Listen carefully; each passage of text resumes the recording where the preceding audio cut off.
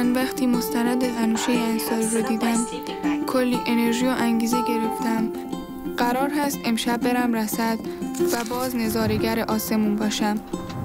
هر روز، هر شب آرزوی این رو دارم که مثل ستاره ها در فضا معلق باشم.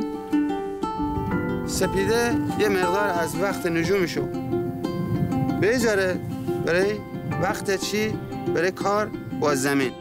سپیده مثلا دادم تموم شد. حتی من این موضوع هم به دایی هادی گفتم من تو عید میتونم بچه‌ها رو نگه دارم. ولی اگه بتونید ستاره ها رو توشون تشخیص بدین و فاصله داشته باشن یکم از هم دیگه بهشون میگن خوشه های باز. الان ما M44 رو که میخوایم اینجا ببینیم